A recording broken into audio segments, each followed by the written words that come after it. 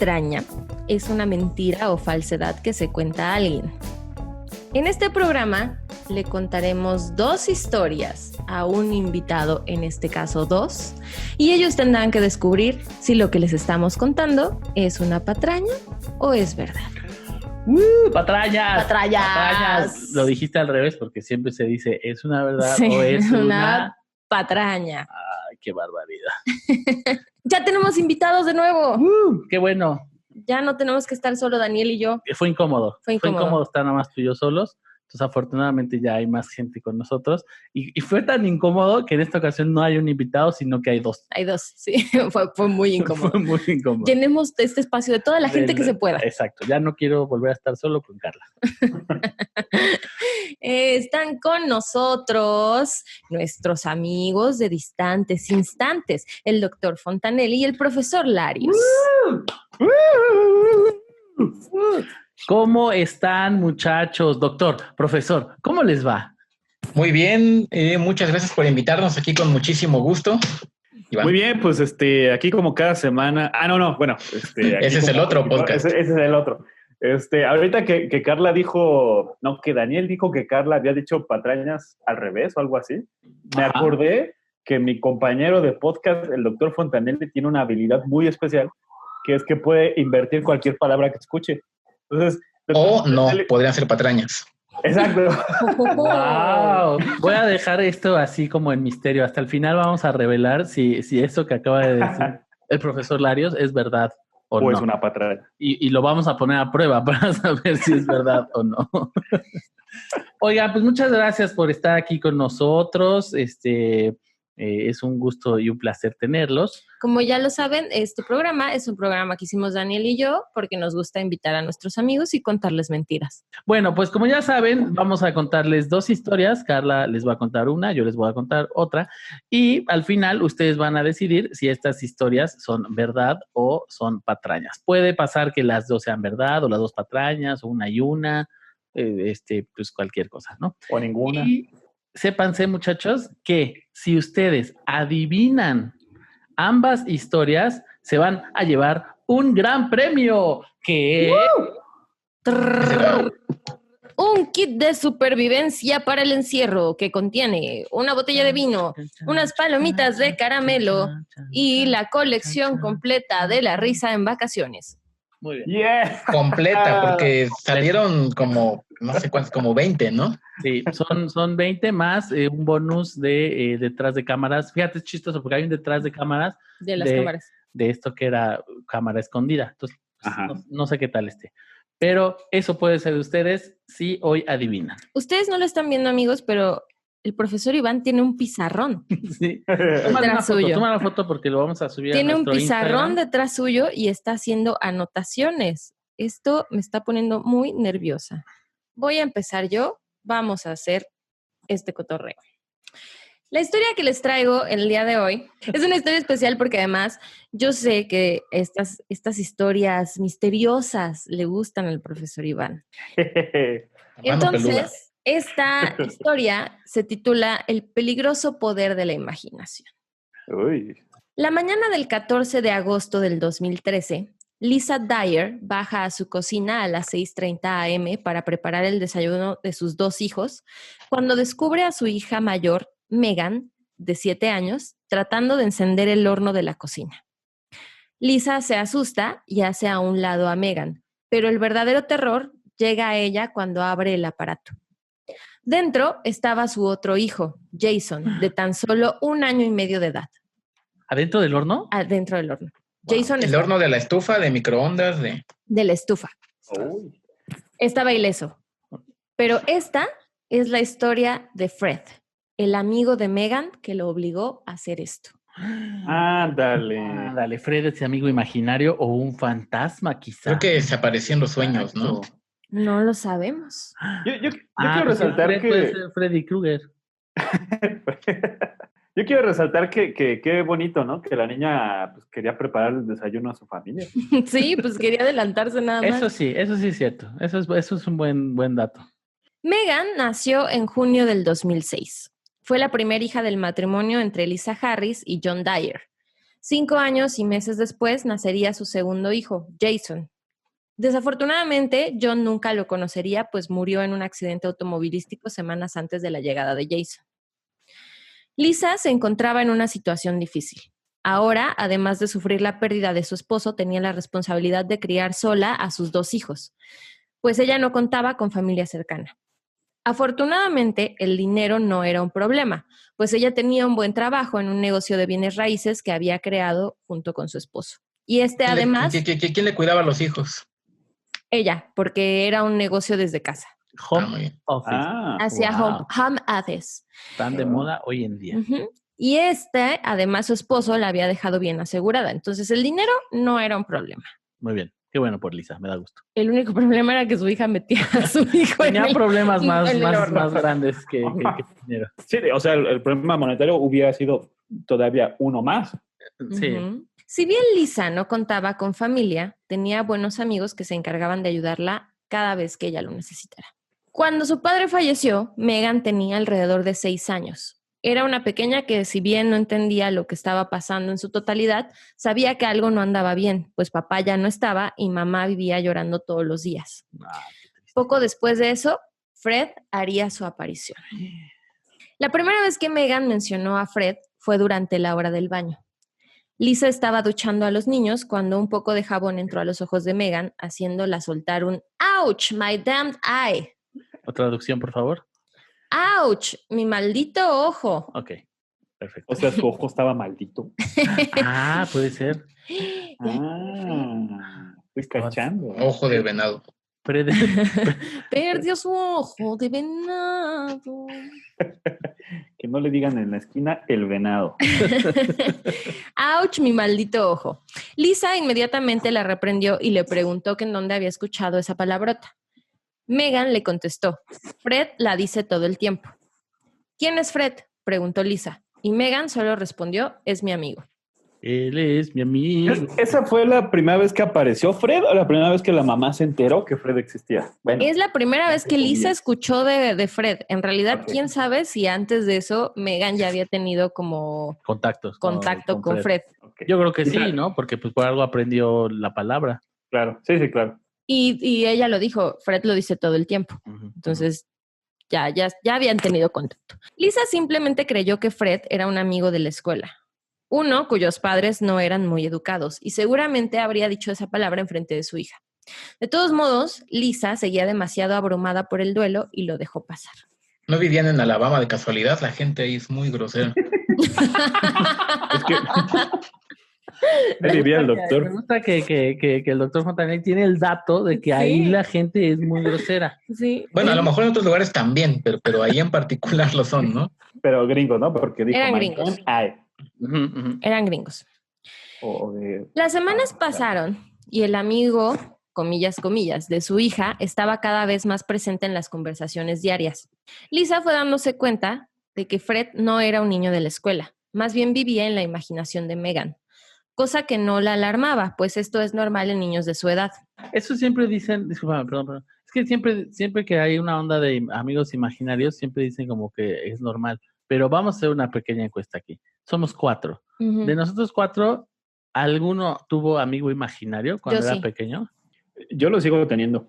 ¿Ves? Ya ganamos. Muy bien, continúa con la historia.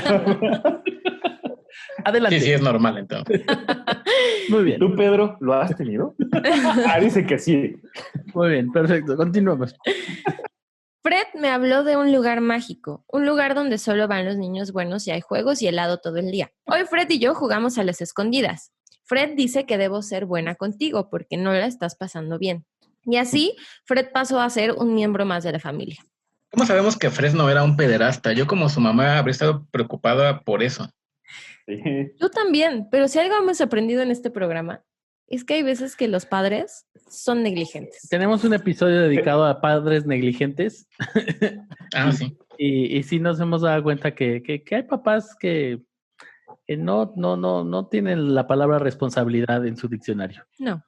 Sí, yo como profesor les podría decir que yo diría que la mayoría, o sea, no todos, pero sí la mayoría son algo negligentes con sus hijos. A mí también me preocuparía lo que dice el doctor Fontanet. Sí. Claro, escuchas a tu hija decir eso y hablar constantemente de alguien, de un tal Fred, y no te saca de onda. O sea, Que la va a llevar a un lugar mágico con Sí. helados y Digo, a lo ballenas. mejor sí estás muy clavada con el duelo y qué pena, pero eso es una señal de alarma, ¿no? Sí.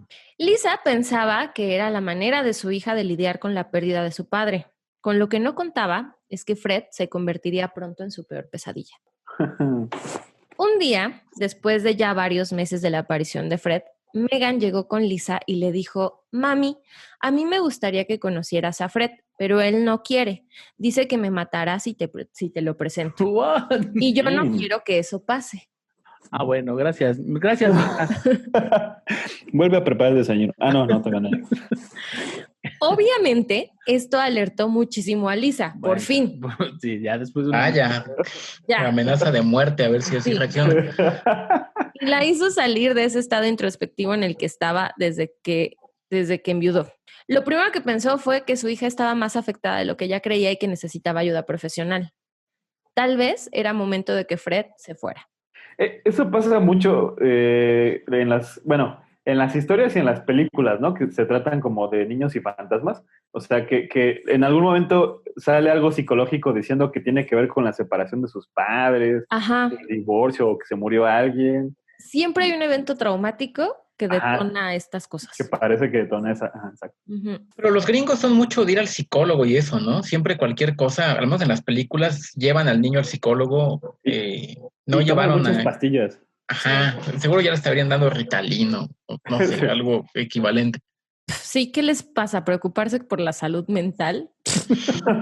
No, pero sí débiles. exageran. No, súper exageran. Porque luego, No aguantan nada. Yo una vez vi un documental de justo cómo enchochan a los niños por cualquier cosa. Enchochan es una gran palabra. Gracias. Por chochitos. Siento que Buenos enchochadores. Fue así como Megan comenzó a ir a terapia. Y al mismo tiempo, los mensajes de Fred se volvían cada vez más violentos. Fred le decía cosas terribles a Megan, cosas como que ella no valía nada y que toda su familia debería estar muerta al igual que su padre. Oye, espera, ¿Fred me ha hablado a mí alguna vez? Fred nos ha hablado a todos. Esta cuarentena, además, mucho. Parecía que mientras más avanzaba en la terapia de Megan, Fred más se resistía a irse. La doctora Ann Butler, especialista en terapia infantil, informó a Lisa que lo que sucedía con su hija era completamente normal, por más perturbador que pudiera llegar a ser el mensaje de su amigo imaginario. Esta era la manera en que Megan estaba manejando el duelo. Cito: en los niños pequeños predominan los síntomas ansiosos y depresivos, probablemente con relativamente más ansiedad que en los adultos, y en general los niños con las relaciones iniciales más severas son los que presentan un trastorno más prolongado y pueden llegar a proyectarlo de varias maneras. Una de ellas es canalizar la ira o la depresión a través de un amigo imaginario. ¿Y Lisa nunca hizo por buscarle otro papá a sus hijos? Eso hubiera sido mejor solución que el psicólogo. Esto hubiera estado muy bien. Así de, ¿quieres una figura paterna? O imagínate que en algún momento así llegaba ¿cómo se llama? Megan, y decía: mamá, Fred se quiere casar contigo. Ay. Quiere ser mi papá. Bueno, es que los niños pueden decir cosas muy creepy. Hay un montón de videos de recopilaciones de cosas creepy que han dicho los niños a sus niñeras o a sus mamás. Y sí, sacan mucho de pedo. Imaginar la mamá diciéndole a la niña: a ver, ¿a dónde crees que voy todas las noches? Estoy trabajando por todos. ¿Quieres un papá, no? Ay, qué horrible. Pero todas esas teorías psicológicas quedaron en segundo plano aquel día en el que Lisa llegó del supermercado para encontrar a Megan tratando de asfixiar a su hermano con una almohada. Megan solo dijo: Fred dice que si lo hago vamos a volver a ver a papá. Eso fue culpa de Lisa, ¿no? Entiendo que su hijo estaba muy chiquito y los dejó solos para irse al supermercado. Su hijo tenía 1 año y cachito. No, y lo 1 dejó a año cargo y de una medio. niña. Bueno, es que a lo mejor pensó que Fred podía ayudar. Sí. O a lo mejor lo dejó dormido y dijo: ay, pues voy aquí rapidito. Nosotros tenemos un súper aquí en la esquina. Yo hubiera dejado a mi hijo de 1 año y medio. Bueno, sí es cierto, cada quien. Hoy, en Padres Irresponsables, Carla admite que sería una la estadística. Peor es, Carla recomienda a los padres dejar a sus hijos para ir al Si súper. tienen un súper en la esquina, pueden dejar a su hijo solo en casa. No pasa nada. Seguro gatea sin necesidad. Sí, porque además el niño dice que, según los datos, John jamás conoció a Jason porque se murió antes de que él naciera, ¿no? Entonces pues, no puede estar, pues es bebito el Jason. Sí, es un bebito. Tiene como eso, como 1 año y cachito. Porque Además de cuando que- pasó lo del ¿Lo del horno, horno? Tenía un año, Jason ¿no? tenía 1 año y medio. Sí cabe. Ujú. Pero además se llegó justo a tiempo, porque debe ser muy fácil ahogar un bebé con una almohada, ¿no? O sea, yo Sí. creo que eso no te lleva ni 30 segundos. Pero No también sé, es doctor, una usted niña de es el- 7 años. Amigos, si tienen el dato de cuánto tarda un bebé en asfixiarse con una almohada, escríbanos a patrañas.elpodcast@gmail.com. Gracias. Bueno, en las películas, cuando ahogan a alguien con una almohada, patalea unos 20, 30 segundos y ya, ¿no? Sí. Lo tiene cronometrado el doctor. El Sí. otro día encontré un dato de estos de Buscando cómo matar cosas a que un- no sabías. ¿Cómo ahogar a un? Pues justo en el capítulo donde solo estuvimos Daniel y yo, no estaba yo buscando cómo asesinar cómo gente, matarme. obvio. Porque ya está Barta. En uno de esos videos de cosas que no sabías, encontré uno que decía que en realidad es mucho más complicado matar a alguien asfixiándolo. O sea, que en las películas y en las series y todo esto lo muestran como eso, patalean 30 Rapidísimo. segundos. Pero en realidad es mucho más tiempo, o sea, que sí tardan como sus 5 o 6 Y también depende minutos. de la almohada, ¿no? No, depende de la fuerza, pero... Sí, bueno, si la almohada tiene muchos huecos, a lo mejor pues, sí. O puede si es ser. de estas que De toman tu gel. forma. Ajá, exacto. Así puede, el arma homicida y la almohada con la marca de la cara del Y con del- las del manos pollo de, oxiso. de lo mismo. Exacto. O nunca termina de asfixiarlo porque es súper ergonómica y entonces... Exacto. Se queda dormido más bien, ¿no? La víctima. Ese es un gran comercial para una almohada. Estas cosas siempre debes de buscarlas con una conexión segura de internet. Es un consejo científico, porque si no, eso de que el modo incógnito es incógnito, luego no es cierto. Entonces, bueno. Qué dato tan ¿verdad? interesante. Ya saben, amigos que nos escuchan, si quieren matar a alguien, Escríbanos a drfontanelli@gmail.com. Ay, muy bien. La situación se había salido de control. La terapia no estaba funcionando. Al contrario, todo había empeorado a tal grado que se había vuelto peligrosa para Jason. Lisa discutía por teléfono con la doctora Ann sobre lo que tenía que hacer para mantener a salvo a su familia cuando le pareció escuchar una voz masculina viniendo de la habitación de Jason. ¿De veras se llamaban Freddy y Jason? Sí. Oye, sí, buen dato. Wow. No lo había notado. Claro. El doctor Fontanelli está en todo, ¿eh? Está en todo. Sí, oye. Ya estoy sudando ahorita yo. Wow. Yo creo que, claro, Carla acaba de escribir el Freddy Los- contra Jason. En los inicio. orígenes. Exacto. Freddy contra Jason, el origen. Wow, no lo había notado. Bueno, continúa, por favor. ¿Sería posible? ¿Estaba escuchando a Fred? ¿Se estaba volviendo loca? Lisa corrió hacia la habitación y cuando llegó encontró a Megan sentada en su cama con la mirada perdida. La historia comenzó a tornarse terrorífica. Lisa estaba segura de haber escuchado una voz masculina saliendo de la habitación. Revisó cada rincón, debajo de la cama, en el armario. Incluso revisó la ventana a sabiendas de que estaba en un segundo piso y nada. Aunque ya para este punto no sabía si era más aterrador encontrar a alguien en la habitación o no encontrar nada. Claro, claro. Lisa no era una persona que creyera en lo paranormal, pero esta experiencia estaba empezando a asustarle. Así que muy en contra de su lógica y por recomendación de una amiga fue a visitar a un medium, que determinaría si en efecto Fred era un espíritu malévolo.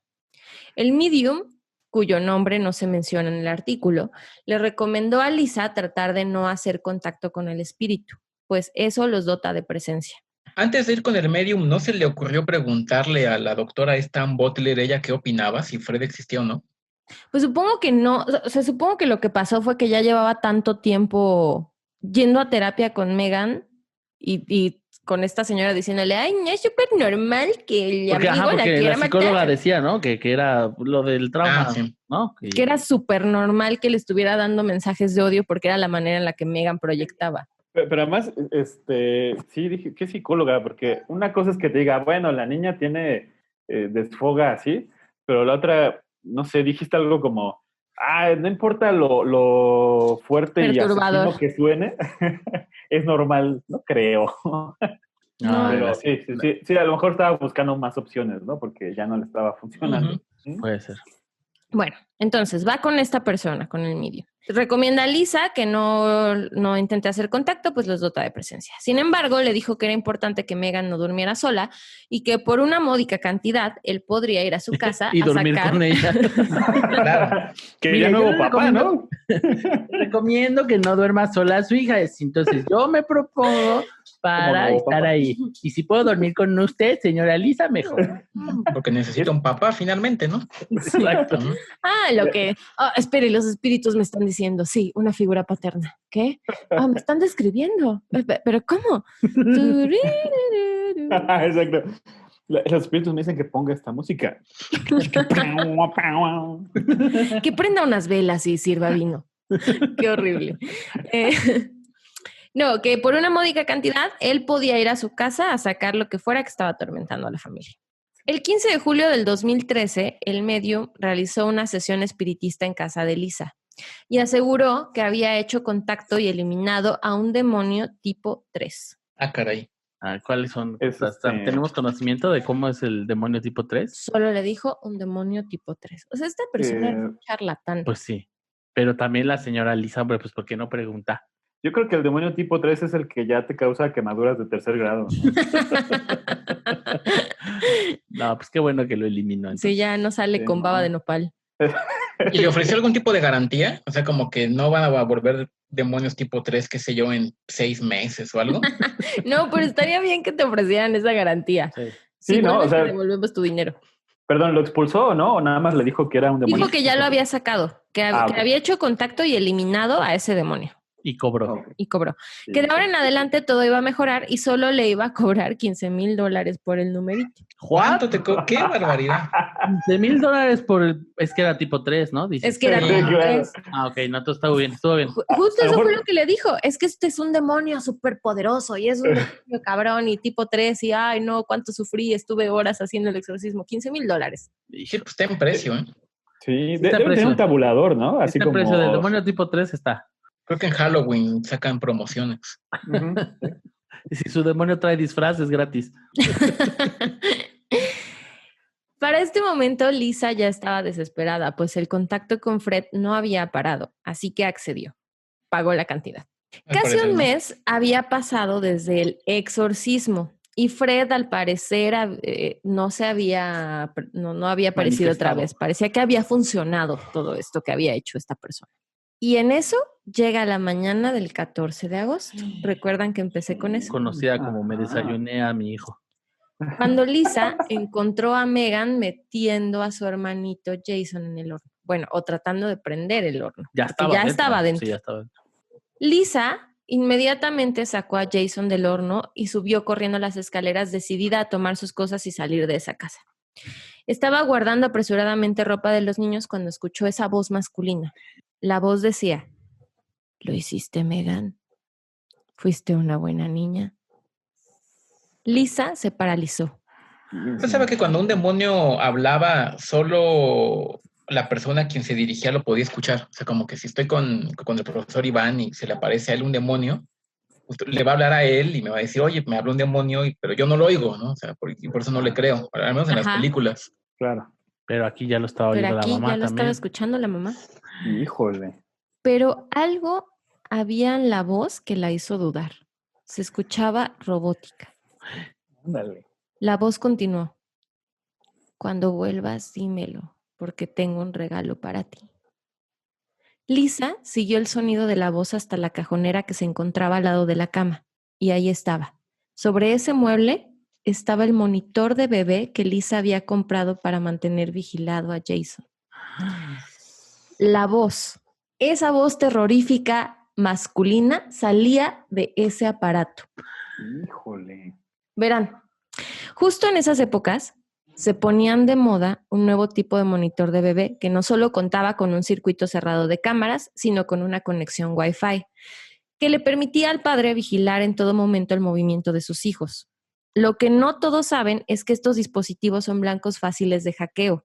Sobre todo en esas primeras épocas, pues los settings con los que vienen no se modifican. Es decir, la contraseña es la de default, convirtiéndolo en un blanco fácil para alguna mente siniestra con conocimientos en computación. ¿Estás diciendo que un hacker se metió a ese monitor y le hablaba a Megan? Así es. No todo, esto es algo que sucedió mucho por esas épocas, porque no saben, las personas que los compran no saben que pueden cambiar el password y le dejan así el password 1, 2, 3 de default y entonces es súper fácil meterse a esas cosas. Ya sabe, gente bonita que nos está escuchando, 1, 2, 3 es el password de default. Así ya. Por si usted quiere hackear. Repetimos, 1, 2, 2, 3. Apúntelo bien. Va a salir en pantalla. Ah, no. Oye, sí, yo sí había escuchado de ese tipo, o sea, de ese tipo de casos en que, pero no recuerdo como en qué fecha se empezó a pasar, que se empezaban a meter hackers a monitores de niños. Uh-huh. Solamente en Estados Unidos en el año 2013 se dieron a conocer en redes sociales 23 casos en que los monitores fueron intervenidos. Los niños no solamente eran observados, sino también agredidos verbalmente a través del intercomunicador del mismo monitor, ocasionándoles miedo, angustia y trastornos que impedían que durmieran.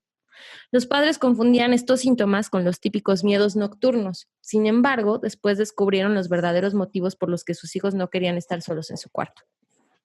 Ahora, una cosa es que haya un hacker metiéndose en tu monitor y otra que el hacker también estaba mal de su cabeza, ¿no? Porque no, era una persona horrible. Quería que la niña matara al hermano. Pues es que mira. Y luego la niña, ¿por qué lo hacía? Ajá. Porque nada más faltaba que alguien le dijera y ya, ¿no? Exacto. Nunca dijo, no, ¿cómo crees? Es mi hermanito. Mete a tu hermano al horno. ¿Y pues, por qué no Megan dijo, no, espérate, ¿cómo crees? Eso no está claro bien. Que no, ¿cómo crees? No lo voy a hacer. Yo ya lo chupé y no sabe bien. O a lo mejor la amenazaba, ¿verdad? Porque la amenazó con matar a su mamá. Sí. Y además, yo creo que acá se juntaron, voy a hacer mi refrán de tía, el hambre con las ganas de comer. Ay, tía. O sea, Megan sí estaba afectada por la pérdida, sí tenía un algo y a lo mejor... Porque si se acuerdan, Fred no empezó diciéndole esas cosas horribles. Fred empezó siendo su amigo. Lugar bonito. Te voy a llevar. Eso se llama grooming. La grumeó. La grumeó por mucho tiempo. La grumeó y luego ella marinó al niño. Y luego ella marinó a su hermano. Oye, pero ¿y luego qué? Entonces ya descubrió que venía el monitor y ¿qué? Lisa contactó a la policía, quienes empezaron una investigación para atrapar a Fred, comillas, comillas, pero desafortunadamente no rindió frutos. Lisa fue el blanco de un backlash mediático en el que la sociedad y los medios la estigmatizaron por no haberse dado cuenta que un extraño invadía la intimidad de su hija por alrededor de un año. Finalmente el caso nunca se resolvió y la familia Dyer cambió su identidad. Se mudaron de ciudad y actualmente no se conoce su nuevo paradero. Pero esperemos que donde quiera que estén, Fred no los haya seguido. A mí me parece difícil de creer, conociendo a los gringos, que no esta señora haya demandado a la compañía esta que fabricaba los monitores estos, o si pasa como dice el profesor Iván, que hayan hecho una demanda colectiva porque les encanta hacer eso. Porque más sí, eso fácil. Sí les encanta. Pues a lo mejor lo intentó, quién sabe. Yo lo que encontré es eso, que sufrió muchísimo porque justo en todos los medios de comunicación y las noticias y todas las notas, no se hablaba del intruso. Los encabezados eran, ¿qué pedo tiene esta señora en la cabeza madre. Que no se dio cuenta de lo que estaba pasando?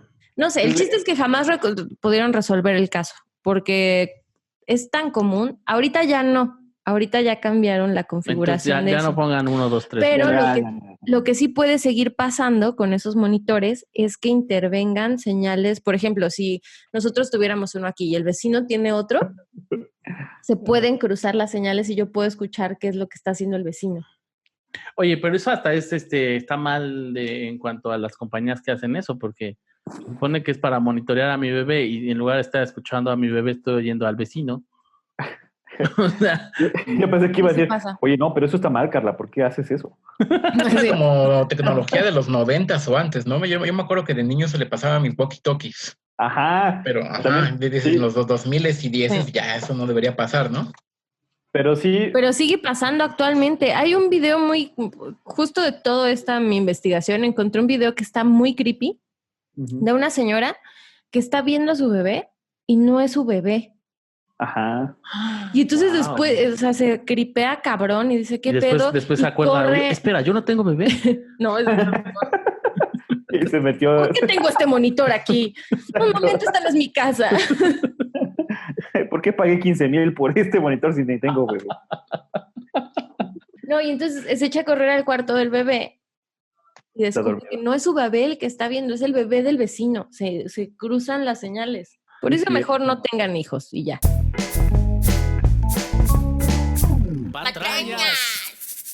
Yo les voy a contar una historia que lleva por título La Tina Turner. Así se. ¿Así ya? Ajá, sí, hermano. Ok. Ya, con eso es suficiente. La Tina Turner se llama. La Tina Turner. Imagínense un mundo donde no existen las tinas. Exacto. Díganle adiós a la reina del rock and roll, Tina Tinas, Turner, vuelvan. a las fotografías de Tina Modotti, a los chistes de Tina Fey y obviamente pues a la pobre de Anita, quien sin Tina pues perdería toda relevancia en el palíndrome y tendría que buscar otra cosa para lavar. Exacto. Qué precioso. Qué bonito. Pero sobre todo, en un mundo sin tinas, le tendríamos que decir adiós a esos placenteros baños de burbujas. Hoy quisiera honrar a este maravilloso receptáculo de uso doméstico que tanta calma ha dado a nuestros ajetreados días, la tina. Ok. Me gustó, ¿cuál fue la palabra? ¿Receptáculo? Receptáculo, me gustó. Receptáculo de uso doméstico. El ¿Estamos productor hablando Iván. también de tinajas o solo tinas? Solo tinas.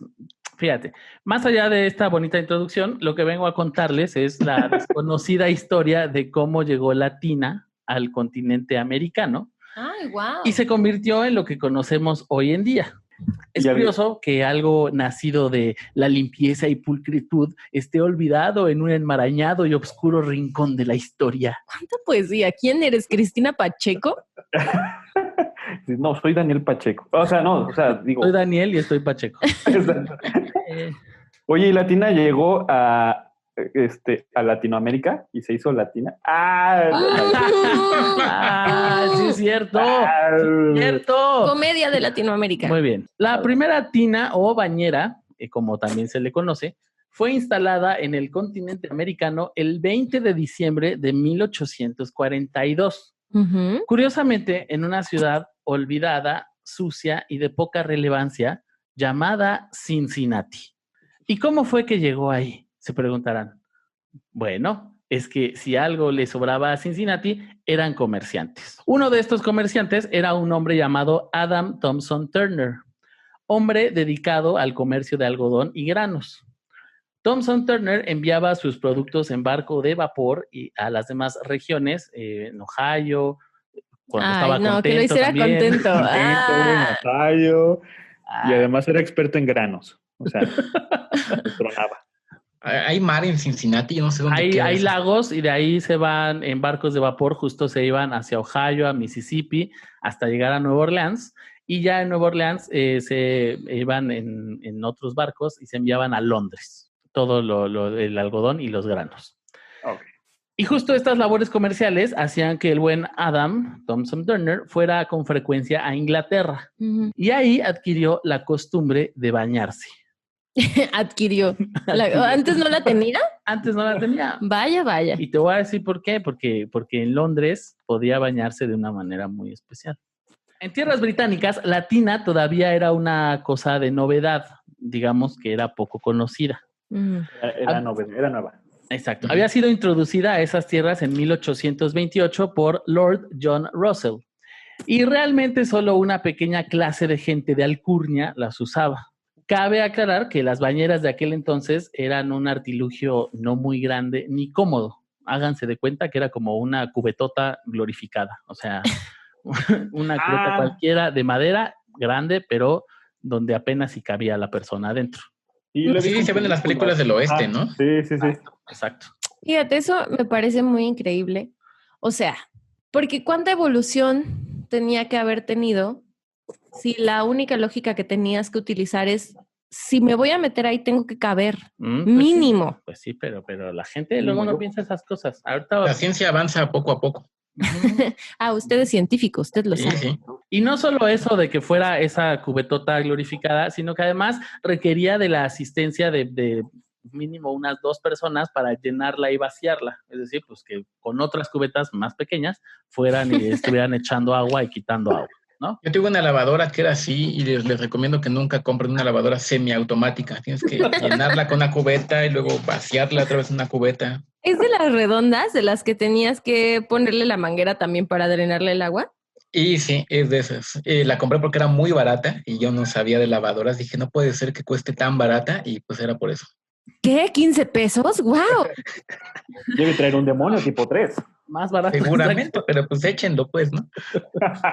Entonces, esto de las tinas era algo tan complicado y trabajoso que se decía que este señor Lord John Russell era el único, por allá de los 1830, que se bañaba todos los días.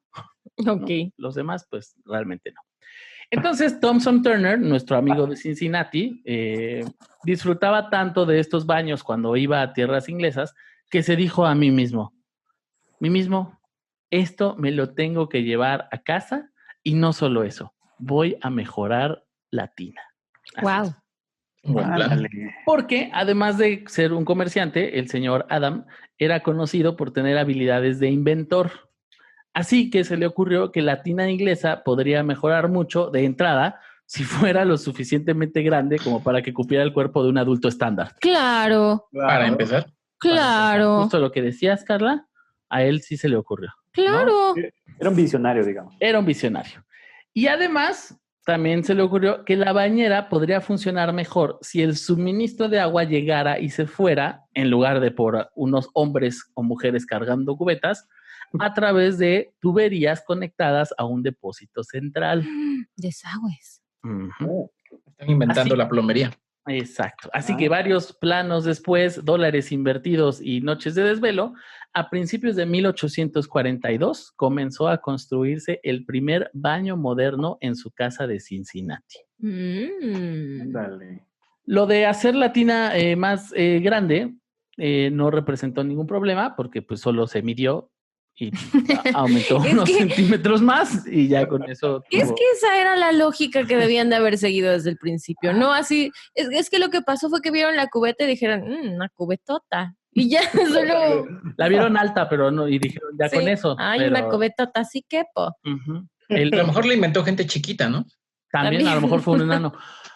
O lo que realmente fue que se le ocurrió a Adam fue que pues a lo mejor era más cómodo en lugar de estar parado, que es como el principio de la tina, ¿no? Porque pues si vas a una regadera estás parado. Y Ujú. es estar más cómodo pues, si estás acostado. Y por eso hacerla Claro. más larga, ¿no? ¿Y sabemos de qué materiales él empezó a construir? Porque supongo que dijiste, ¿no? Eran de madera los que vio en... Sí, el fíjate que sí tengo el dato. Sobre la parte exterior era de caoba de Nicaragua. Vaya, vaya. ¿Cómo obtuvo caoba de Nicaragua? No sé.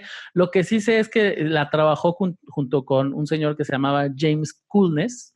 Coolness suena como de que era bien cool, pero, Sí. pero es con U, no con 2 Os.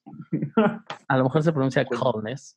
Que era un ebanista ahí en Cincinnati y él fue el encargado de trabajar pues esta parte de la caoba de Nicaragua.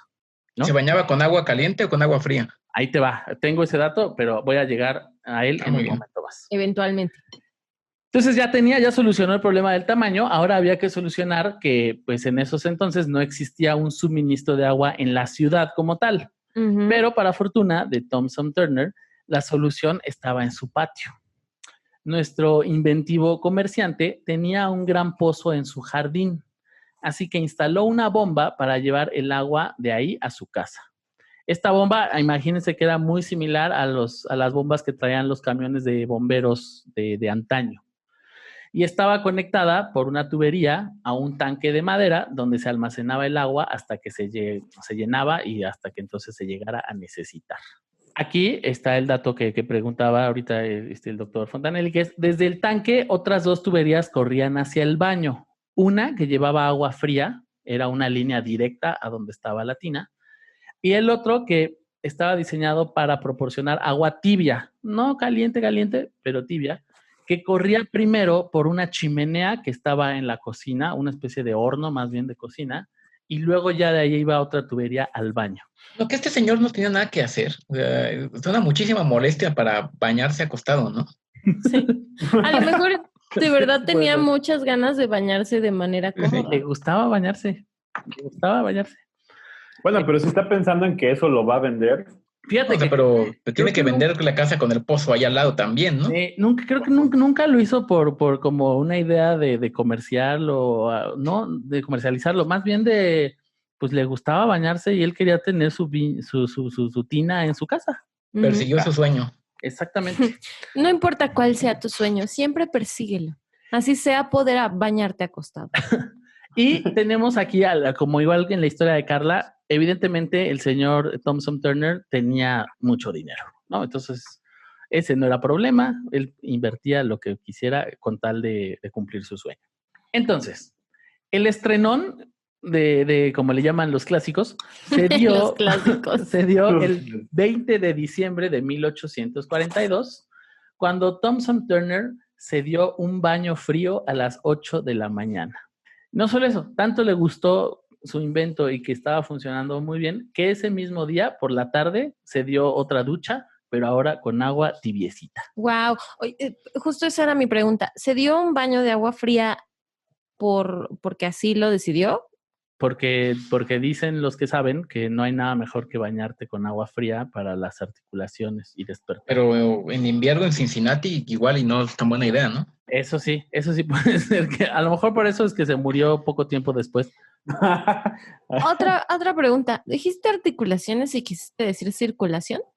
Exacto. Ok. Pero lo entendiste, estoy orgulloso. Su articulación sanguínea. Mira, sirve para todo, o sea, para lo que tú quieras, articulación, circulación. Ok. Estaba pensando que a lo mejor ahí se inventó la palabra el remojón, ¿no? Así como el ¡Wow! Me encanta, voy a decir que sí. ¿Sabes qué? Debió de haber llamado tu historia. El remojón. El remojón. ¿Puedo cantarla otra vez desde el principio? Sí. Entonces, como parte de la celebración a este nuevo aditamento en casa, Adam aprovechó la Navidad para presumirle a sus invitados su nueva tina. Entonces era Navidad, tenía ahí invitados en casa y les dio el tour oficial, o sea, por el baño. Les expuso cómo funcionaba, ¿no? Mira, que le abres aquí, que el agua y no sé qué. E incluso 4 de sus invitados, incluyendo a un visitante francés que tenía, que se llamaba el coronel Duchanel, que incluso decidieron meterse a la tina para probarla. No, ¿todos juntos o...? No especifica si todos juntos y con ropa. Que había uno, ¿no? Sí, pero yo supongo que era Navidad, imagínense, ya Navidad seguro ya estaban un poco bebidos, entonces seguramente fue como las fiestas con alberca, nada más que en una tina. Yo lo he hecho y yo sí conozco las tinas, por ejemplo. Ahí está, por ejemplo. A partir de ese día, todo Cincinnati hablaba de esta tina y se generaron todo tipo de comentarios. Desde aquellos que pues soñaban con tener una o al menos poder colarse a la casa de Thompson Turner y usarla, hasta las discusiones más violentas sobre los peligros que ocasionaba este aparato moderno. Y es que, aunque no lo crean, hubo mucha gente que se opuso al uso de las tinas. ¿Por? Fíjate, había quienes se oponían, esto es para que veas cómo Estados Unidos es un país raro. Había quienes se oponían porque esta invención no era más que un lujo, una especie de juguete aristocrático de la clase adinerada que atentaba contra la democracia y que solo evidenciaba la opulencia de unos contra la pobreza de otros. Y porque seguro un esclavo era el que operaba la bomba, ¿no? Sí, seguramente. Claro, exactamente. Había, según se sabe, había como unos 3 o 4 justamente esclavos que eran los que operaban la bomba que llevaba el agua a la tina. Así me decían en la primaria, juguete aristocrático. ¿Por qué? No sé, pero pues así me decían. Hola, te presento a Carla, es mi juguete aristocrático. Hola. O sea que las tinas eran un un artículo para desestabilizar la 4T. Básicamente eso decían algunas personas. Y bueno, lo que pasa es que sí era muy caro instalar esto, como lo que hablamos ahorita, pues sí era caro mantenerlo, solo gente adinerada pues podía tener una tina. Y por otro lado, también esta tina de Thomson Turner fue atacada por un grupo de médicos que opinaba que su uso era peligroso para la salud y un invitador, si me permiten la palabra, a fiebres reumáticas, inflamación de los pulmones y algunas otras enfermedades. Pero no decían, bueno, en la historia esta de Arquímedes, ¿cómo se llamaba? El griego ese que salió corriendo encuerado, ¿no salió corriendo encuerado de una tina? No era una tina. No era una tina. No, era algo... Era como era parecido, pero no era una tina. Era como hay datos que sí, en efecto, mencionan que las tinas aparecieron desde los egipcios y seguramente, como mencionas, a lo mejor también en Grecia y tal. Pero justo era esto mismo que estaba en Inglaterra, o sea, la cubeta grandota, o sea, no estaba pensada en justo la tina. Con tubos y que el agua fluyera. Ya. Exactamente. Entonces, a finales de 1843, la controversia generada por esta bañera llegaría a otras ciudades, pues gente adinerada de otros sitios de los Estados Unidos quisieron obviamente tener su tina y comenzaron a construirlas. Sin embargo, era tal la oposición médica que en algunos lugares como Filadelfia, por ejemplo, incitó a querer crear una ley que prohibía bañarse en tinas. Una propuesta que no fue aprobada, pues solo obtuvo 2 votos. Bueno.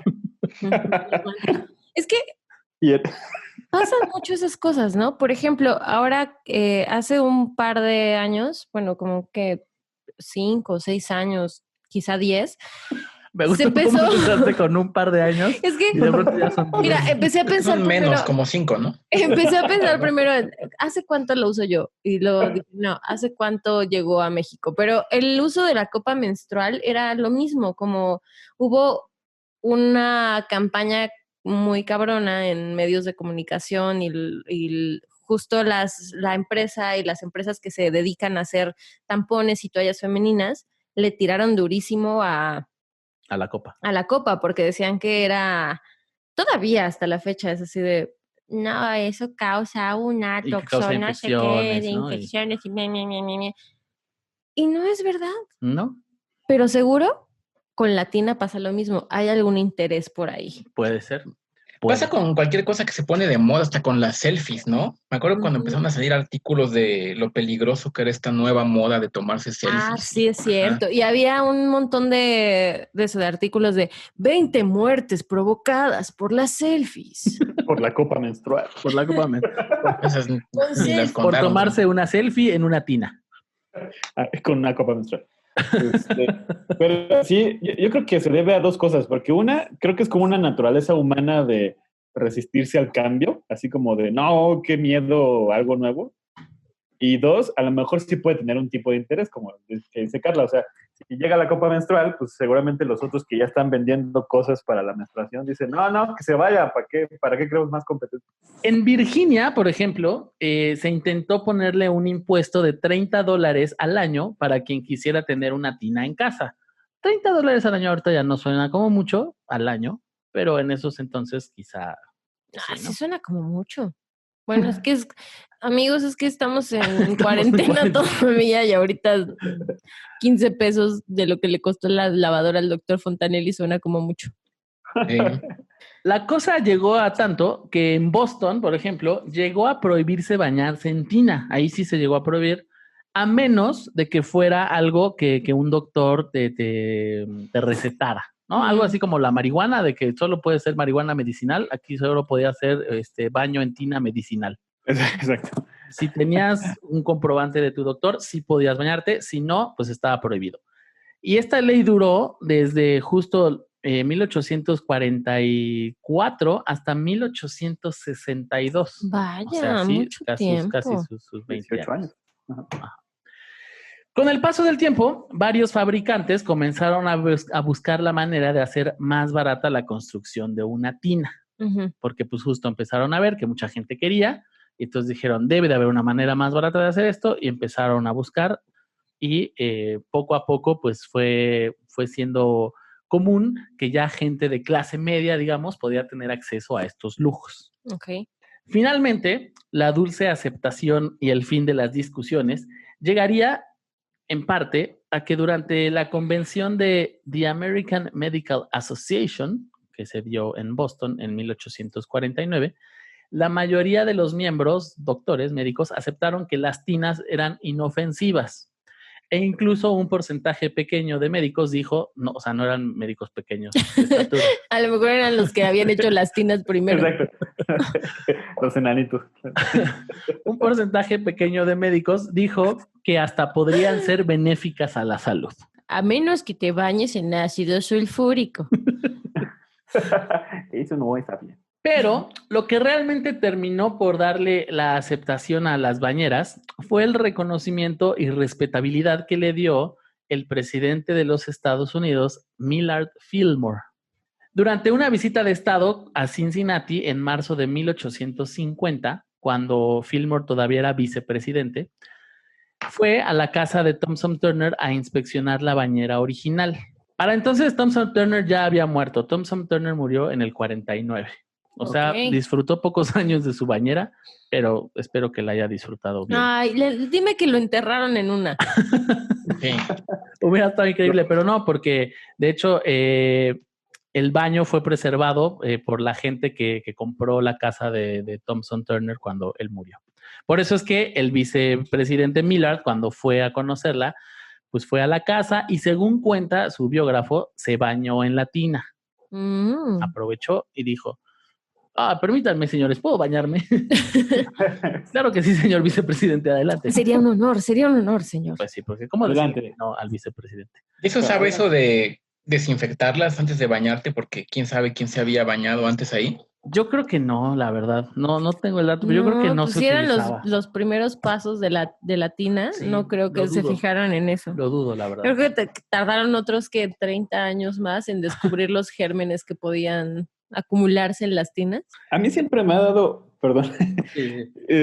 no sé si a ustedes, bueno, o a ustedes compañeros masculinos, cada vez que en las películas salen como esos señores en la antigüedad, no tan antigua como en la misma tina, que hay como 4 hombres así en la misma tina platicando, jugando póker. Sí, ¿no? Que es como del viejo este. Siempre me ha dado como asco, porque es como, pues no sé, o sea, parece que le están pasando. ¿Pero qué te da asco? ¿Que estén los cuatro o que estén jugando póker? Que estén jugando póker. Están apostando. Exacto, que sea, qué asco. Que estén apostando. Odio el asqueroso póker. Exacto, prefiero el dominó. No, no, que estén como en la misma tina todos encuerados, así como, o sea, deben estar todo el mundo así sacando sus gérmenes. Sí, en general a mí me pasa no solo en este ejemplo que pones, de hecho, por ejemplo, en los deportivos y esto que tienen las regaderas comunales donde todo el mundo está ahí desnudo bañándose y no hay separación ni nada, a mí me estresa mucho eso. De hecho, cuando alguna vez estuve inscrito en uno de esos deportivos, yo no me bañaba ahí, la neta. Sí. No, y luego hay gente que lo toma como para ir a ligar. Me tocaba en una alberca ahí en la UNAM donde había señores que se desnudaban y antes de meterse a bañar se acostaban a leer una revista, así como, eso lo podían hacer vestidos también, ¿no? A lo mejor no, a lo mejor...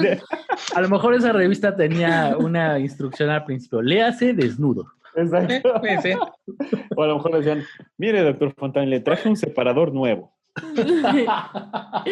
Sí está muy asqueroso. Es que justo en el ejemplo que da el profesor Larios, están remojándose en agua de testículos. Ay, qué asco. Exacto. Pero los testículos son una parte minúscula del cuerpo en cuanto a área y volumen, ¿no? Es agua de muchas cosas. Bueno, sí. Depende, yo tengo unos testículos enormes. Ay, no. Eso depende del testículo y del hombre en cuestión. Ay, lo mejor Sí, es que sin duda. esto lo escuchan mis papás. Quiero decir que le dio mucha risa a Carla. Sí me dio mucha risa. Eso quiere decir que los tengo bien chiquitos. Exacto. Es verdad, puede ser también. ¿Es una patraña o no? Descúbranlo en mi siguiente foto de Instagram. Entonces, bueno, Millard Fillmore, vicepresidente, pues se bañó en la tina original, digamos, y como no experimentó ningún efecto nocivo, se convirtió en un ferviente defensor de ese invento. Y al suceder a la presidencia, a la muerte de Zachary Taylor, es decir, Zachary Taylor era presidente, se muere y entonces él como vicepresidente pues se convierte en el presidente de los Estados Unidos. El 9 de julio de 1850 le ordenó a su secretario de guerra, el general Charles M. Conrad, que invitara a licitar para la construcción de una bañera en la Casa Blanca. ¡Wow! Órale. ¿Desde cuándo existe la Casa Blanca? Fíjate que no sé, qué buena pregunta. Y justo cuando lo dije, ay, no tengo ese dato. Voy a buscarlo y ahorita te lo digo. Bueno, la bañera en la Casa Blanca se instaló a principios de 1851 y permaneció en servicio hasta la primera administración del presidente Cleveland, cuando se sustituyó por la actual bañera, que es una bañera que está esmaltada. No sabía que Cleveland había sido algo más que un estado. Pensé que... Sí, era una persona. Yo creí que era un personaje de Padre de Familia y ya. Yo pensé que era un equipo de fútbol americano. El ejemplo que puso el presidente, lo que hizo pues fue desbancar, digamos, o derrotar a la vieja oposición de las bañeras. Y para 1860 ya se empezaba a ver en diferentes estados de los Estados Unidos que las bañeras eran cada vez más comunes. Por ejemplo, se empezó en Nueva York a incluir bañeras en todos los hoteles, ¿no? Incluso había hoteles que tenían cuartos que tenían hasta 2 o incluso 3 tinas. Para 1862, el general McClellan introdujo la bañera al ejército. Entonces ya también en el ejército tenían sus bañeras. Y para 1870 se instaló la primera bañera en una prisión en Filadelfia. ¡Ay, cuánto lujo! O sea, la bañera, de ser algo que nadie quería y que podía ser hasta mala, de pronto ya se volvió en algo normal en los Estados Unidos. El resto es historia. Como buenos norteamericanos, si el presidente dice God bless the bathtubs, América se mete a bañar. ¡Wow! Gran remate de tu historia. Y ese es el final de la historia Latina Turner o el remojón en latina. Ya se me olvidó. No, eso era el remojón. Ah, bueno, ese.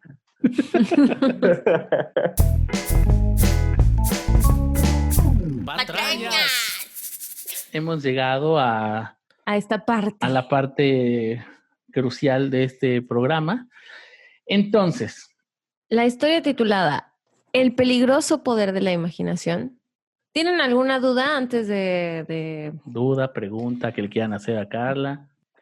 Solo a Carla. Profesor Iván, no, creo que yo no. No tengo dudas. Entonces, pues si quieren dar su veredicto y explicar por qué llegaron a ese veredicto, adelante.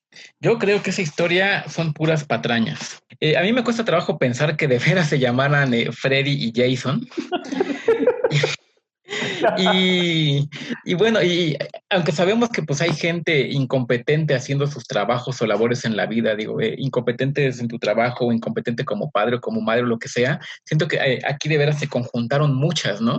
Estoy pensando en la incompetencia de la psicóloga, que nunca se dio cuenta que la niña estaba hablando con un aparato electrónico en su habitación, y eso, además de que no resolvió el problema y se fue agravando, también le costó mucho dinero a la mamá con esto del medium. Por esos elementos, yo creo que esta historia es una patraña. Ok, muy bien, profesor Fontanelli. Profesor Larios, adelante. Yo llegué a la conclusión, después de largos minutos de investigación, de que es verdad. Bueno, yo creo que es verdad. Porque, sí, de hecho, me parece bastante lógico, a pesar de que también me sonaron alertas parecidas a las del doctor Fontanelli. Estaba yo también enterado como... Es que creo que a Carla también, desde que la conocí, le gustan esos temas y nos gustaba un programa ahí español que se llamaba... Cuarto Milenio. Cuarto Milenio, ¿no? Que investigaban como casos así. Y sí me acuerdo que hay muchos casos cuando empezaron a salir, se puso de moda los baby monitor, que se cruzaban las señales, que había fantasmas, o sea, recuerdo muchos casos que las mamás veían fantasmas en los monitores y corrían y no había nada. Y después también me acordé de casos donde justo hablaban de los hackers pedófilos, ¿no? Que les gustaba hackear las cuentas de, bueno, los monitores de bebé para, ya sea para ver a los niños o para incluso como que ligarlos a la deep web y así, y entonces hacer como así, a ver, ¿qué quieres que yo haga que haga el niño, no? O, no sé. Entonces, más si justo lo que dijo Carla, ya lo había pensado, lo de que se juntó el hambre con las ganas de comer. El hambre con las ganas de comer. Ajá, porque venían de un evento traumático, los niños son influenciables. A veces uno dice, pues no puede ser tan influenciable, ¿no? Como para que le digan, a ver, quema a tu hermano en un horno. Pero sí, pero sí puede pasar entre que venían de un trauma y además, si lo estaban amenazando a la niña, era muy probable que sí hiciera lo que le dijera el persona horrible que estaba del otro lado del baby monitor. Entonces, con todo eso, sí llegué a la conclusión de que me parece bastante posible que sea verdad. Muy bien, entonces tenemos un voto porque es una patraña, un voto porque es verdadera la historia. O sea, básicamente ahorita es tu desempate. Ajá, que de todas maneras mi voto pues, no sirve de nada, porque los importantes son de nuestros invitados. Sin embargo, voy a emitir mi voto y fíjate, yo tengo, pienso similar con el profesor Larios en cuanto a que creo que esta parte del hackeo a monitores de bebés es totalmente posible. Sin embargo, creo que alrededor de eso, tú creaste todo este mundo imaginario de el origen de Freddy y Jason y de la señora Lisa y su hija Megan y todo lo demás. Es una cosa de tu cabecita. Basada en una cosa real que es el hackeo a monitores. Por lo tanto, yo opino que tu historia es una patraña. Ok, muy bien. Ahora sí, llegó el momento de la verdad. La historia de Megan, Fred y Jason. Fred versus Jason. Qué nervios, Dios. Es qué barbaridad. Total, completa y absolutamente. Esto es peor que estar en Big Brother. Una patraña. No, perdí. Perdóneme, profesor Larios, porque yo siento un compromiso con usted. Pero sí, o sea, seguro podría haber sido perfectamente real y debe haber un montón de historias, bueno, espero que no un montón, algunas historias muy parecidas, ¿no? Es muy chistoso porque es real que yo no me había dado cuenta que era Freddy y Jason. Eran Freddy y Jason, no me había dado cuenta. Mi inconsciente me jugó una jugarreta. Que no me falta que el demonio se llame Chucky, ¿no? Carlitos en inglés.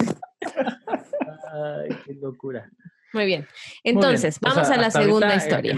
Hasta ahorita, doctor Fontanelli lleva un punto. Iván, tú ya no vas a recibir ningún premio. No, porque falta ver qué onda con esta, qué tal que empata. No, pero tiene que ganar las dos para llevarse el premio. Ah, muy bien. Sí, mis rosetas. Si quieres, ya te puedes desconectar, Iván. Muchas gracias. Adiós, hasta luego, amigos.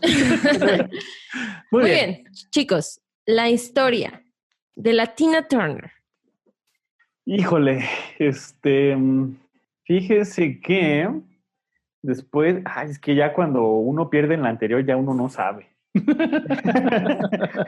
Es que casi todo lo que mencionó en su historia el señor Daniel García me sonó bastante lógico y tenía datos muy específicos y tenía como una cronología de la historia estadounidense muy, muy específica. Pero sin embargo, hubo algunas alertas que no sé, como que no me convencieron. Una fue que Adam Townsend Turner, uno, justo lo que dijo el doctor Fontanelle, que se tomó demasiadas molestias para estar cómodo, ¿no? O sea, y pensar en que no lo había hecho como por comercializarlo, se me hizo raro, porque dije, pues un tipo así, que es como muy astuto y que además se dedica a cachar inventos y luego a inventar y así, dije, seguro tenía como un interés de comercializarlo. y se me hizo raro que no, que nada más lo hiciera por comodidad. Y la otra cosa que se me hizo muy extraña es que cuando sus amigos fueron a probar su tina, que uno de los primeros fuera francés. Dije, no se bañan, ¿no? Porque no conocían las tinas. Claro. Exacto. Por eso, como no se baña, pues dijo, a lo mejor este es mi momento. La la! Esto es lo que estaba esperando. Exacto. Blu, blu, blu, blu, blu. En conclusión, me voy a arriesgar, a riesgo de que me vuelva a equivocar, de decir que la historia de Daniel es una patraña bien informada. Muy bien, muy bien. Doctor Fontanelli. Ya sabemos bien desde hace mucho tiempo que los estadounidenses son excéntricos, ¿no? Y que además son tercos. Se les mete una idea en la cabeza y a como dé lugar la llevan a cabo, ¿no? Eso sí es cierto. Y esa idea puede ser una tontería como que yo quiero tener una Torre Eiffel aquí en Las Vegas.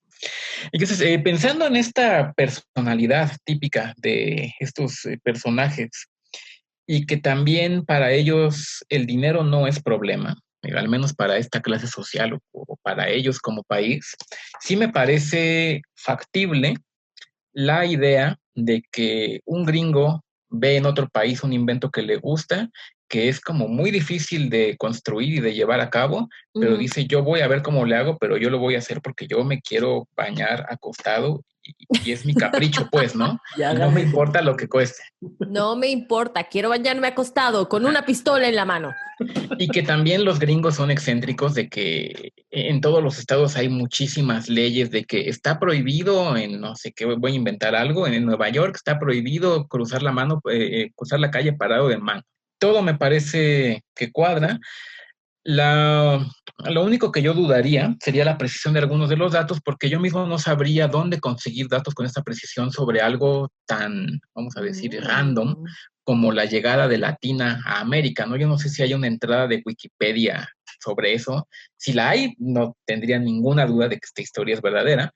Si no, yo sí creería que Daniel se dio la tarea de ponerse a googlear y buscar en las profundidades de Internet datos sobre la historia de las tinas y sobre las biografías de estos personajes. Yo creo que esta historia es verdad. Fíjense, ay, qué fuerte. Antes de decir lo que yo opino, quiero resaltar que estos han sido dos de los mejores análisis que hemos tenido Es verdad. de las historias en patrañas. Sí, es cierto.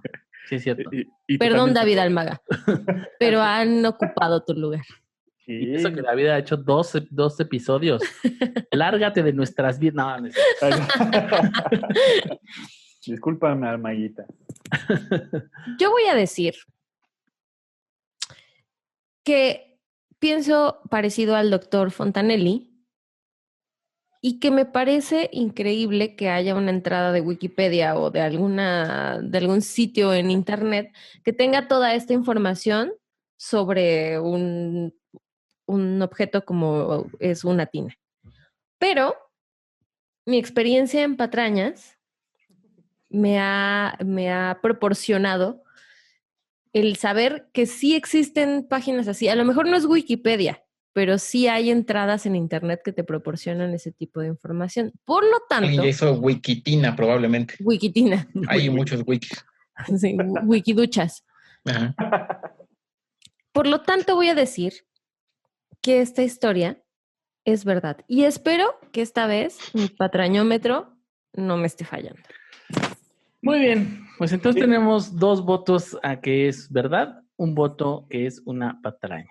Pues la historia de la Tina Turner Qué es nervios. una historia, Híjole. es una Estaría bien nervioso. Es una patraña. ¿Qué? Lo sabía. Brutalmente engañados. Maldita sea. Pero lo lograste. Es que fíjense lo que les ¡Lo voy a decir. lograste! Esta es una cosa bien, bien, bien bonita. Es una patraña que no inventé yo.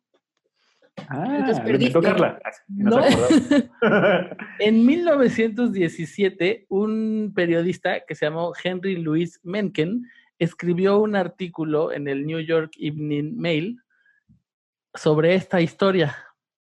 Y era ficción, y la gente se la creyó. Era una Órale. ficción que él quiso inventar sobre el origen de justo de Latina y de cómo había llegado a Estados Unidos, y inventó toda esta historia, y lo más interesante es que la gente la creyó, y por muchos años la gente, por más que él salió a decir, no, oigan, yo la inventé, no es verdad, nada de eso, la gente seguía creyendo, y todavía puedes encontrar en algunos sitios que toman este artículo como real y como que realmente así fue que llegó Latina a los Estados Unidos, aunque es una maldita patraña. Fue así de, a mí así me la contaron, yo la voy a contar así. Exacto. Esa historia suena incluso más difícil de encontrar en internet que la verdadera historia, Sí, sea cual sea, claro. cómo llegó Latina, ¿no? Por supuesto. Esta labor de este podcast es complicada, cada vez es más difícil. Es muy complicado.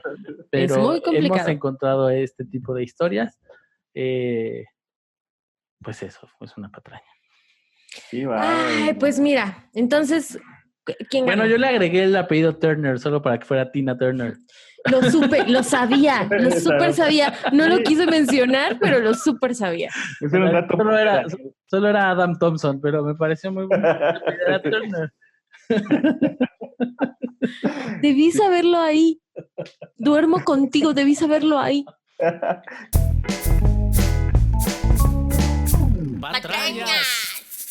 Llegó el momento que es para ustedes. Este es el Mentílogo. El Mentílogo es una sección donde nuestros invitados, cada uno de ellos nos va a contar una pequeña sinopsis de esta historia y nosotros tendremos 2 minutos para determinar si esta historia es verdad o es una patraña. Así es, 2 minutos para hacerles preguntas para que lleguemos a una conclusión. Muy bien, entonces vamos con el doctor Fontanel. No conozco muchísimo de literatura japonesa, pero de lo que conozco, mi autor favorito japonés se llama Akira Hiranaka. A ver, voy a arrancar el cronómetro, perdón. Espera. Y arranca ahora. ¿Cuál es tu novela favorita de ese autor? No puedo decidir entre dos, La Granja y La Guerra Roja.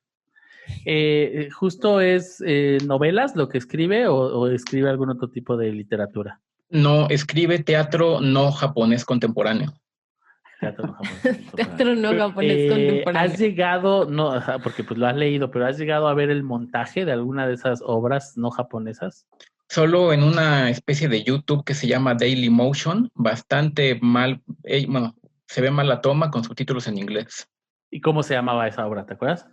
Vi las dos, La Granja y La Guerra Roja. Ok.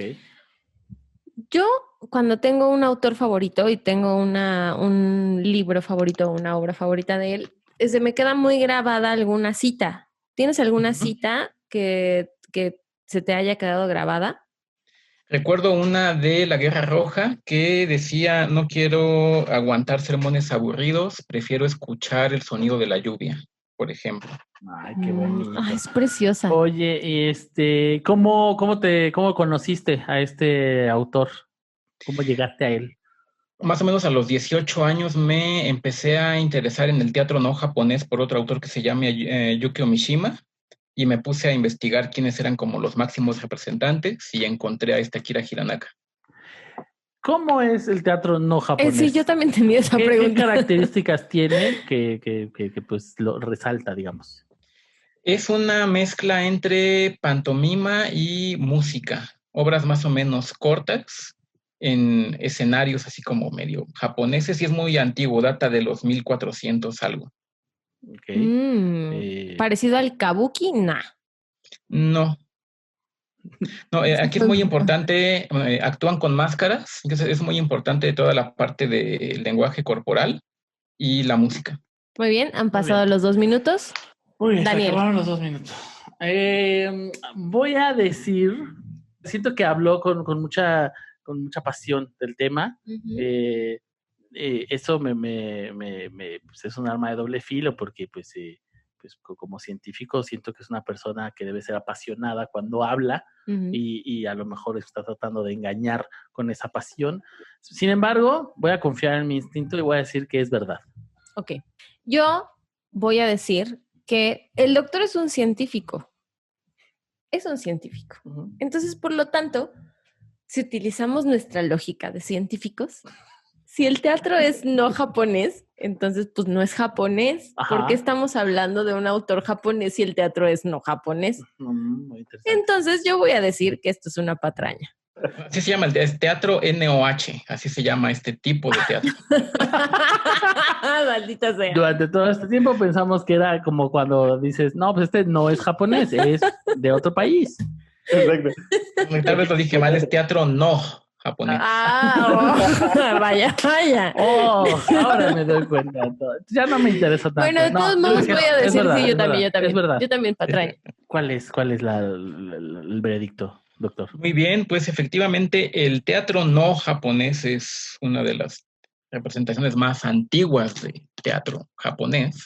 Es un arte que se ha perdido muchísimo. Se cree que se conservan actualmente solo 70 escenarios para hacer teatro no japonés en la actualidad. Ha perdido mucho interés.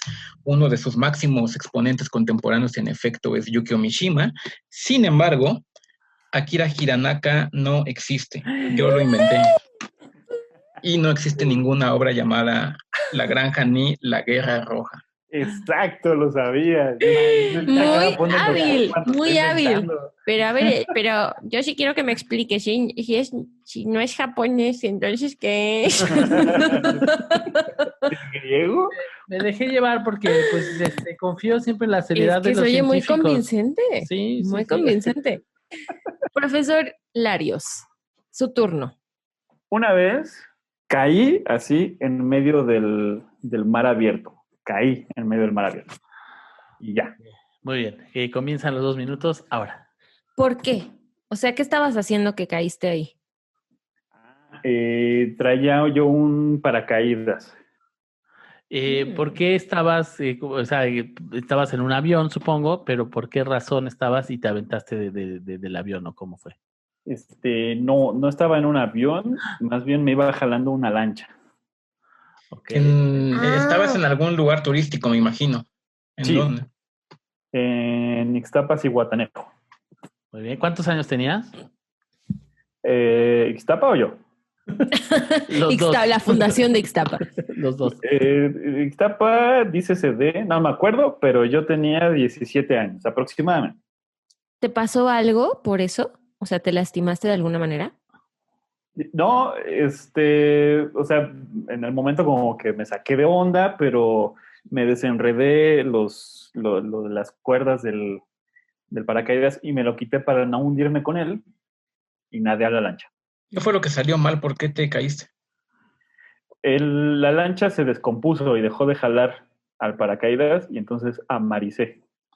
¿Ibas en ese viaje a Ixtapa, estabas solo, ibas acompañado? En el viaje iba con mi familia. Estaba yo chavo, iba con mi mamá y mis hermanos.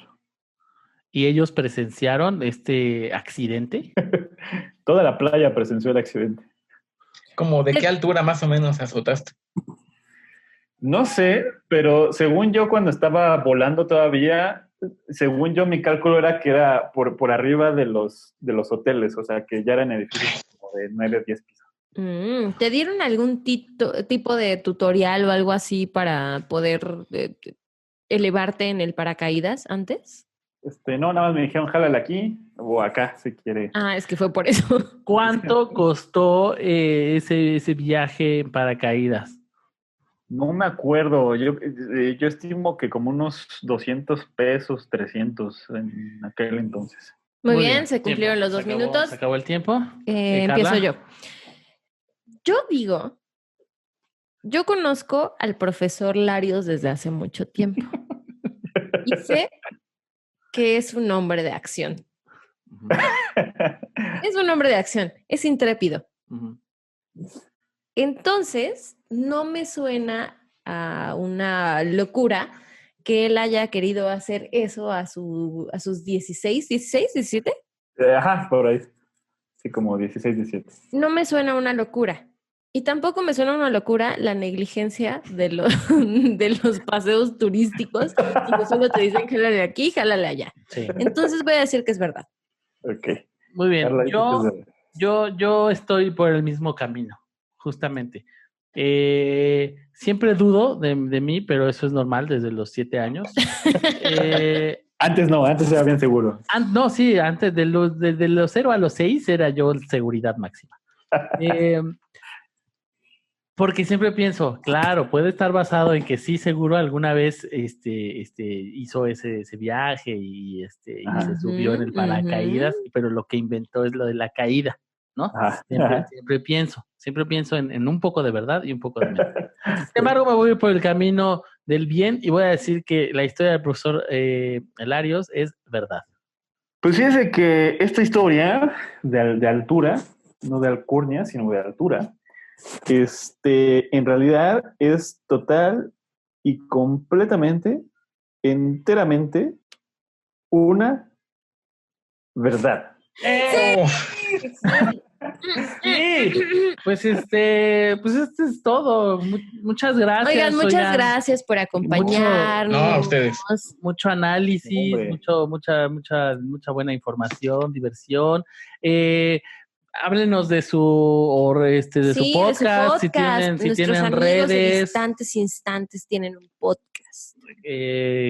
Digan cuáles son sus redes, cuándo sale su podcast. Pues fíjese que Distantes Instantes es el podcast en el que el doctor Fontanelli y yo siempre hablamos de momentos hirientes e indiferentes, de instantes muy distantes, porque es un podcast que ha estado entre la humanidad desde tiempos inmemoriales, y entonces transmitimos de cualquier época de la historia de la humanidad y pues... Siempre en momentos muy oportunos, además. Exactamente, en momentos muy oportunos, y la gente nos echa la culpa de que si por nosotros se estrelló el Titanic y que si por nosotros la planta de Chernobyl estalló, etcétera, pero no, en realidad pues nada más estamos ahí casualmente. Están en Spotify y YouTube, ¿cierto? Así es. Exactamente. En Spotify, en YouTube, no, en YouTube la verdad no esperen video, o sea, es nada más la portada del episodio, porque sería muy caro reproducir todo lo que están escuchando. Claro, porque y tendríamos que peinarnos además. Además, sobre todo yo. Tendríamos que ducharnos en una tina. y no tenemos una tina. Exactamente. Muy bien, pues pues muchas gracias de verdad por haber estado con nosotros. Yo quería nada más confirmar algo que no es patraña. Es verdad. Es verdad, Doctor se mencionó al principio del capítulo de este episodio. Es cierto. Sobre yo voy a decir que es un poder que tiene el doctor Fontanelli. Y por ejemplo, si ustedes quisieran saber cómo se dice al revés, un gran saludo a todos los amigos que no se pierden cada semana patrañas, eso al revés sería Sañartap, Anames, Adak, Nedreip, Eson, Ek, Sogima, Sodot, Sol, A, Odulas, No. ¿Qué? ¡Wow! O sea, ahorita es impresionante, no tengo la menor idea si es verdad. Pero lo vamos a reproducir. Nada más está diciendo Azunu, Daluca, Pukutaka. Pero vamos a hacer lo siguiente. Vamos a cortar ese pedazo y lo vamos a poner en reversa. Exactamente, para ver si este poder es real, pero se vio muy... Pero por ahora a mí ya me tiene muy impactada. Sí, muy impresionante, la verdad. Y cuando lo reproduzcan al revés y escuchan deje de fumar, pues Mira, pura casualidad. Si es eso, está bien, porque fumar no está bien. Es el mejor superpoder del mundo. Es uno de los más inútiles también. También, pero es el mejor. Muy bien. Muchas gracias por mostrarnos el superpoder. Por sus análisis, por sus superpoderes y por haber aceptado esta invitación. Muchas gracias a ustedes por invitarnos, de verdad. Estuvo muy divertido y son historias bien interesantes de analizar. Muy bien. Qué bueno que les gustó, muchachos. Entonces, pues eso es todo, Carla. Eso es todo, Dani. Nos vemos en el próximo episodio. Recuerden que cada viernes hay un episodio nuevo de Patrañas. Escúchennos. Nos vemos, siempre digo nos vemos, nos escuchamos en el próximo episodio. Bye. Bye. ¡Patrañas! Un saludo a los todos amigos que no se pierden cada semana Patrañas. ¿Qué? ¡Wow!